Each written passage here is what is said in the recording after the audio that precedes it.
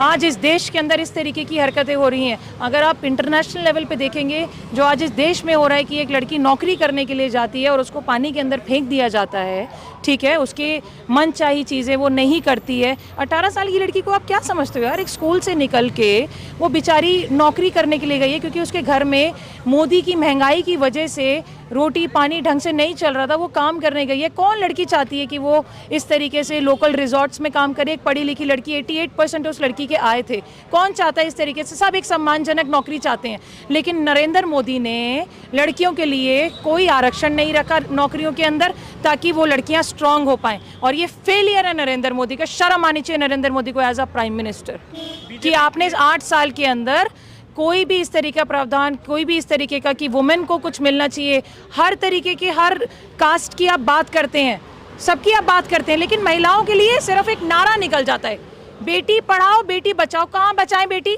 आपके भाजपा के उसके अंदर रिजॉर्ट में काम करने के लिए गई थी। इतना पैसा आप लोगों ने कमा लिया कि सारे रिजॉर्ट ही आपके हैं, सारे होटल ही आपके हैं, गोवा में जाइए सारी शिप्स आपकी हैं। तो अगर सारी जगह आप ही लोग हैं, कहाँ से बच्चे? तो सरकारी नौकरी दे दो आप हमें। कहाँ जाएंगे हम लोग? कहाँ जाएंगी महिलाएं देश की?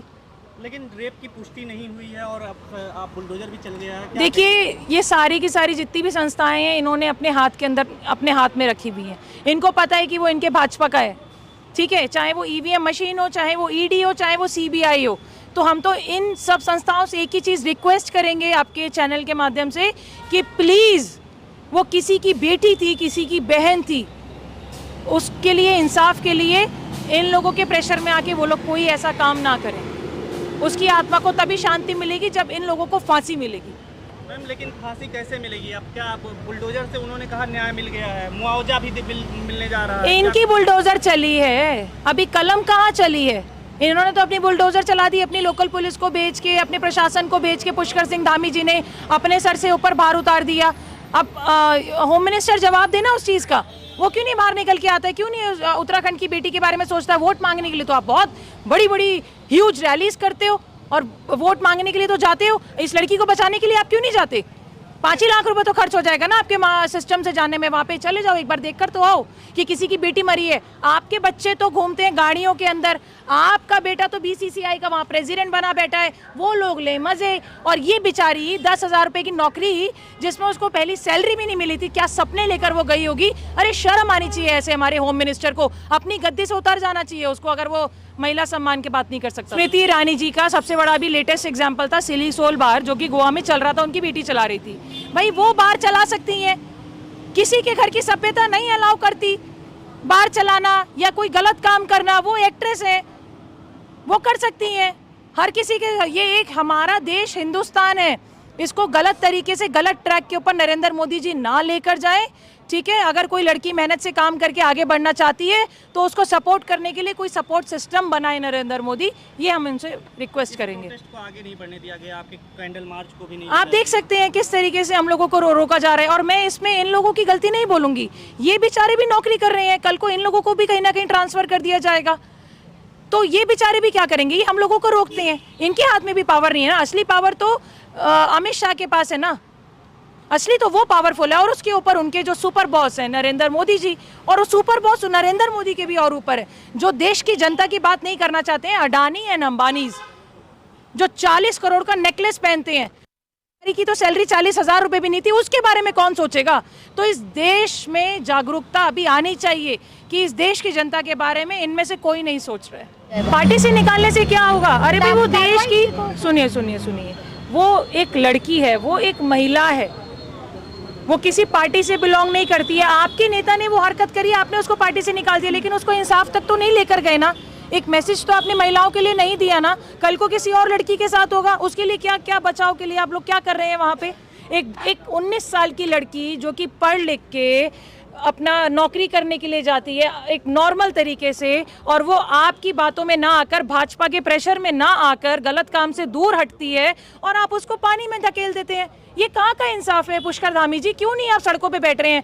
आप मुख्यमंत्री हो गए हैं, आप कोई भगवान नहीं हो गए कि आप सड़कों पे उतर नहीं सकते हैं। आपको मुख्यमंत्री उत्तराखंड की जनता ने बनाया है, सड़कों पे आइए, खुद इंसाफ नहीं मिलता है, अपने होम मिनिस्टर से बोलिए कि उसको फांसी दिलवाएं, ये आपका काम है। लेकिन क्या लगता है उत्तराखंड देवभूमि कहा जाता है, वहाँ जितने भी मिनिस्टर अब तक आए हैं वहाँ पे सिर्फ पाप के ही काम होते हैं। सारे गलत काम इस टाइम भाजपा के राज में उत्तराखंड में किए जा रहे हैं, जो बहुत ही शर्म की बात है। वो देवभूमि कही जाती है। और जिस तरीके का ये सफाई अभियान भी वहाँ पे बोलते हैं कि हमने बहुत बड़ा सफाई अभियान चलाया है, मैं आप लोगों से रिक्वेस्ट करूंगी किसी दिन समय निकाल के यहाँ दिल्ली छोड़ के आप जाइए जरा उत्तराखंड, वहाँ जाके देखिए कि उस देश का, उस प्रदेश का क्या हाल हो रहा है। त्राही त्राही वहाँ पे मची हुई है। और जो परसेंटेज ऑफ वोट इन लोगों को वहाँ पे मिलता है वो 30%, 32% मिल रहा है।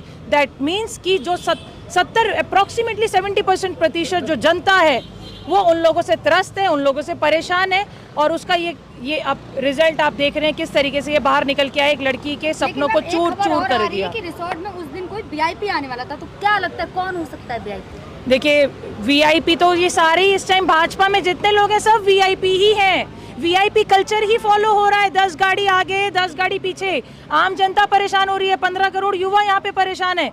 तो इसको नरेंद्र मोदी जी को, जो वो कहते हैं मैं एक चाय वाला हुआ करता था, कृपया करके वो चाय वाले का भेष लें और जो प्रधानमंत्री उसी तरीके से उनको रहना चाहिए। 10 लाख का सूट नहीं पहनना चाहिए। इस टाइम जो जनता परेशान हो रही है, महिलाएं परेशान हो रही है, उनको आके सुने कि क्या प्रॉब्लम है। क्यों नहीं एक प्रधानमंत्री, मैंने माना कि वो देश के प्रधानमंत्री हैं, मैं एक प्रधानमंत्री होके क्या मैं एक लड़की का दुख नहीं सुनने के लिए जाऊंगी? वो मेरे लिए बड़ी बात है कि उसके घर के अंदर क्या हुआ और हमारी पार्टी के लोगों ने वो चीज करी, इनके पार्टी के लोगों ने वो चीज करी। मोदी जी एक जगह गए थे, वहाँ उन्होंने रैली की और उसके बाद उन्होंने जो स्पीच दी है, उनको सिर्फ और सिर्फ अपने जीतने से मतलब है। 1 लाख करोड़ इधर, 1 लाख करोड़ उधर। अरे हम तो 1 लाख नहीं देख पा रहे हैं।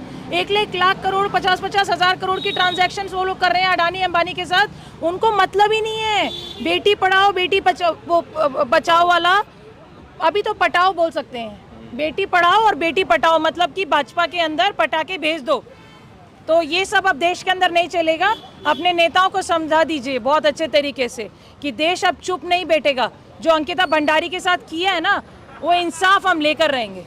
लेकिन मैम आपको क्या लगता है कि कैंडल मार्च निकालने से मामला शांत हो जाता है हर बार की तरह? देखिए कैंडल मार्च हमने जो निकाला है वो उसकी आत्मा की शांति के लिए निकाला है। और हम ये देश में एक मैसेज देना चाहते हैं कि हम लोग अंकिता भंडारी के साथ हैं। और अंकिता भंडारी नहीं, हम देश की हर महिला के साथ, हर एक उस लड़की के साथ जो अपने आप को कमज़ोर समझती है, हम उसके साथ खड़े हुए हैं। हम उसको मजबूती देने के लिए खड़े हुए हैं। और हम सभी देश की महिलाओं से और लड़कियों से ये कहना चाहते हैं कि इस इंसिडेंट के बाद वो डरे नहीं, स्ट्रांगली बाहर आएं, इस चीज़ के लिए आवाज़ उठाएं, ताकि आने वाले समय के अंदर किसी इस जिस तरीके से उस लड़की के साथ हुआ किसी और लड़की के साथ ना हो।